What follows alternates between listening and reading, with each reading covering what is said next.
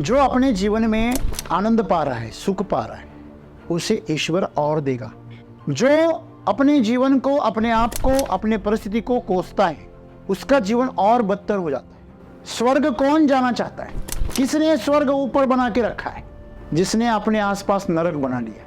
अपने आसपास जिन लोगों ने नरक बनाया है, वो लोग आत्महत्याएं इसलिए करते हैं क्योंकि उनको ऐसा लगता है कि इससे नरक से छुटकारा पा ले। लेकिन शायद उन्हें पता नहीं, जो लोग आत्महत्या करते हैं असल में उनके नरक की शुरुआत आत्महत्या होने के बाद शुरू हो जाती है। अगर हम हमारी नजर से दुनिया को देख रहे तो हमारी दुनिया असल दुनिया से अलग है, ये पहले समझ लीजिए।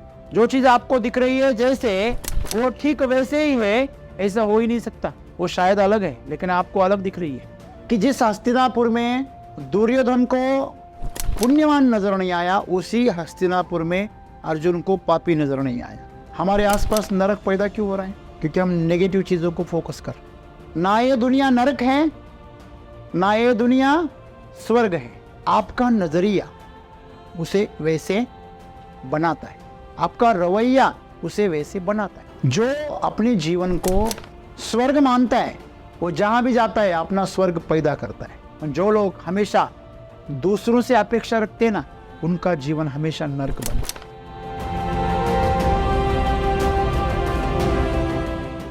दोस्तों, आपने यह बात सुनी,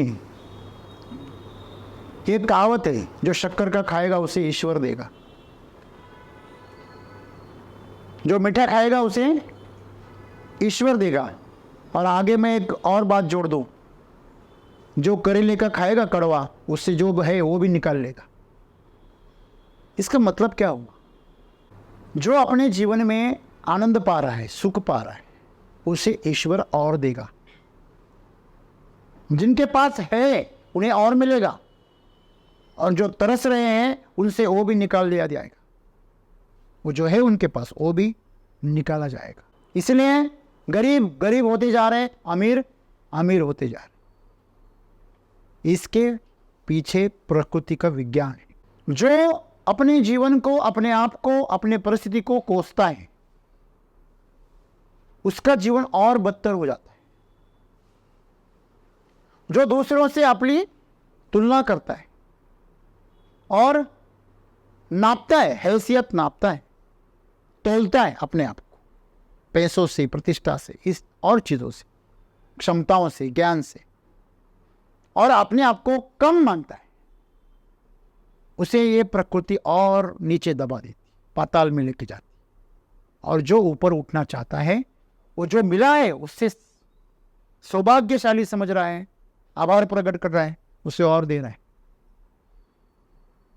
तो यही सबसे बड़ी क्या है? भूल है जो मनुष्य से हो रही। सदगुरु आज कह रहे हैं कि स्वर्ग कौन जाना चाहता है? किसने स्वर्ग ऊपर बना के रखा है? जिसने अपने आसपास नरक बना लिया।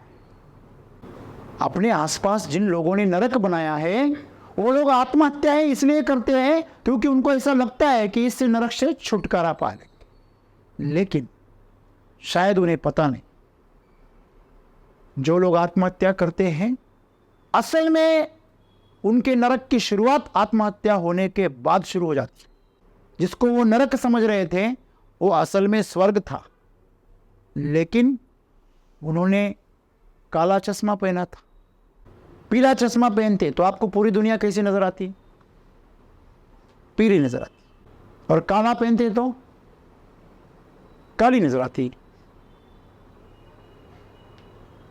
तो दुनिया आसपास में जो आपने बनाई है, वो आपने बनाई है कि वो है? चलो, आज जो दुनिया है आसपास आपकी, जो विचारों में है, जो लोग आजू बाजू में है, उनके बारे में जो सोच है आपकी, आपका देखने का नज़रिया है, आपका आचरण है, आपका खान पान, आपकी आदतें, ये सब चीज़ें किसने बनाई? शुरुआत तो समाज ने की, शुरुआत तो आपके परिवार ने की, लेकिन आज इसे कौन संभाल रहा है? हम। उसे आगे कौन लेके जा रहा है? उस विचारों को, उस धारणाओं को, उस नजरिए को, उस व्यक्तिमत्व को आगे कौन लेके जा रहा है? अगर हम हमारी नजर से दुनिया को देख रहे तो हमारी दुनिया असल दुनिया से अलग है, ये पहले समझ लीजिए। जो चीज आपको दिख रही है जैसे, वो ठीक वैसे ही है, ऐसा हो ही नहीं सकता। वो शायद अलग है लेकिन आपको अलग दिख रही है। सुंदर सी कहानी है कि जिस हस्तिनापुर में दुर्योधन को पुण्यवान नजर नहीं आया, उसी हस्तिनापुर में अर्जुन को पापी नजर नहीं आया। लोग तो वही थे, हस्तिनापुर तो वही था। ऐसा क्यों? क्योंकि दुर्योधन की जो नजर थी वो सिर्फ पाप ढूंढती थी, गलतियां ढूंढती थी, कमियां ढूंढती थी।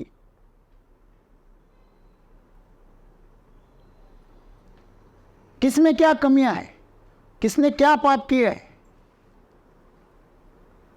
जो गुंडा होता है ना, किसी झोपड़पट्टी का हो या किसी गांव का हो या शहर में हो, उसे उस शहर के पूरे चोरों का पता होता है।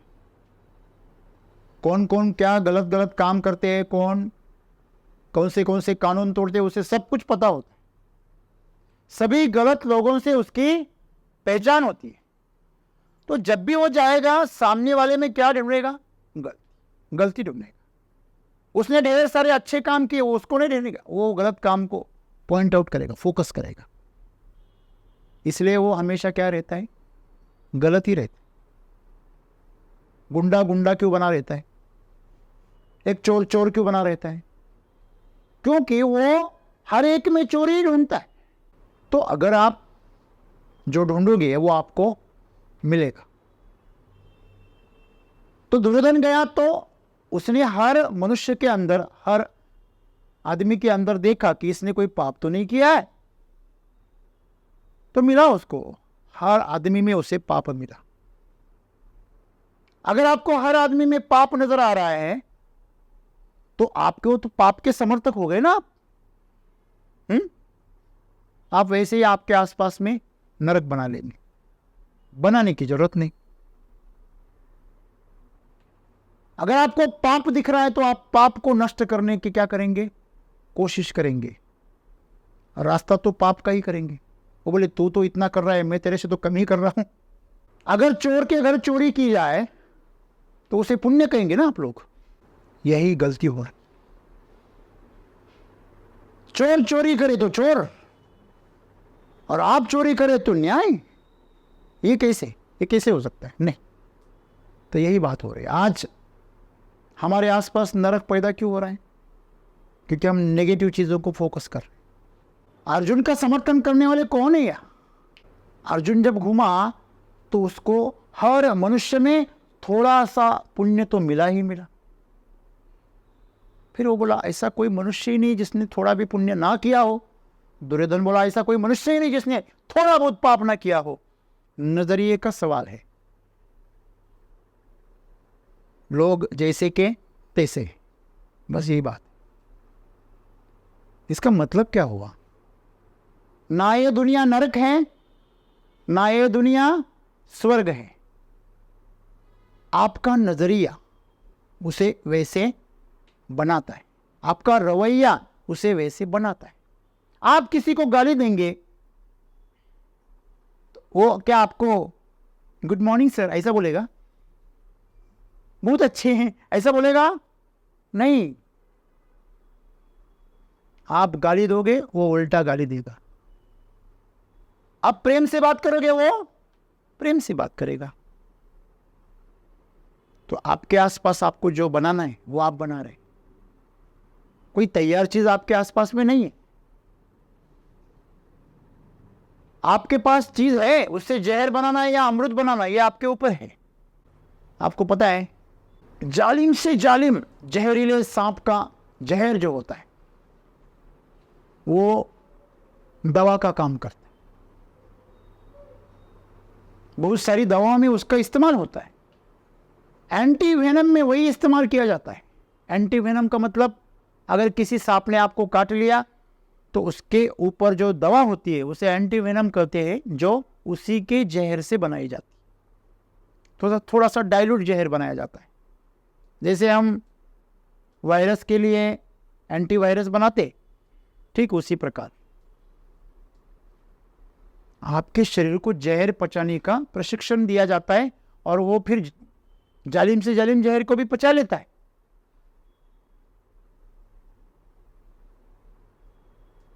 तो इसका मतलब क्या हुआ? आप इस्तेमाल क्या कर रहे हो उसका, जहर भी अमृत हो जाता है। राणा ने विष दिया मानो अमृत पिया,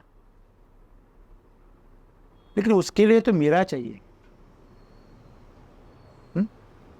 क्या चाहिए?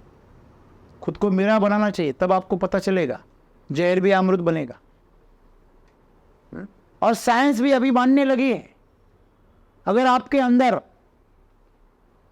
पूरी तरह विश्वास है कि आप अमृत पी रहे, तो आपको जहर भी दिया जाए तो आपका शरीर पचा लेता है। अगर आपको गैर विषारी सांप ने काट लिया, अगर आपको ऐसा लगा कि मुझे जहरीले सांप ने काट लिया, तो आप मर सकते हैं। अमेरिका में एक प्रयोग हुआ, एक गुनहगार था जिसको मौत की सजा हुई, ऐसे ही तो मरना ही था, तो उसके ऊपर साइंटिस्ट ने प्रयोग करने की परमिशन मांगी। तो इसके ऊपर हमें एक एक्सपेरिमेंट करना है। उसको कहा गया कि तुझे जहरीले सांप से हम क्या करेंगे, मरवाएंगे, तुझे उससे काटेंगे और तू मर जाएगा। तो ठीक उन्होंने वैसे ही किया, जहरीला सांप लेके आए, उसका जहर निकाला, उसका जहर निकाल के एक सिरिंज में भर दिया। और उन्होंने क्या किया, जब उसे इंजेक्शन देना था तो इंजेक्शन बदल दिया, सेम दूसरा इंजेक्शन जिसमें सिर्फ ग्लूकोज का पानी था, और उसको वो इंजेक्शन दे दिया। आप बिलीव नहीं करोगे, उसमें कुछ जहर था ही नहीं, फिर भी इंजेक्शन के बाद तुरंत मर गया। मनुष्य के पास इतनी शक्ति है, और मर भी सकता है अगर तय कर ले, ठान ले, तो जी नहीं सकता। हाँ, तो सदगुरु यही कह रहे, जो अपने जीवन को स्वर्ग मानता है वो जहां भी जाता है अपना स्वर्ग पैदा करता है,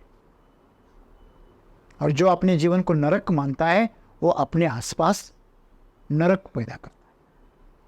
आपने देखा होगा, कोई अगर खुश मिजाज अगर आदमी आ गया तो बार बार बातों बातों में वो हंसाता है सबको, तो माहौल कैसे बन जाता है, खुशनुमा हो जाता है। ऐसे लोग किसी की मौत में भी चले जाए ना तो उनको चुप कराना पड़ता है, अरे चुप, यहाँ नहीं हंसना है। हाँ, वो वहां भी खुशी का माहौल बढ़ा देते। हाँ, और जो हमेशा नेगेटिव बातें करता है, सड़ीला मुंह लेके घूमता है,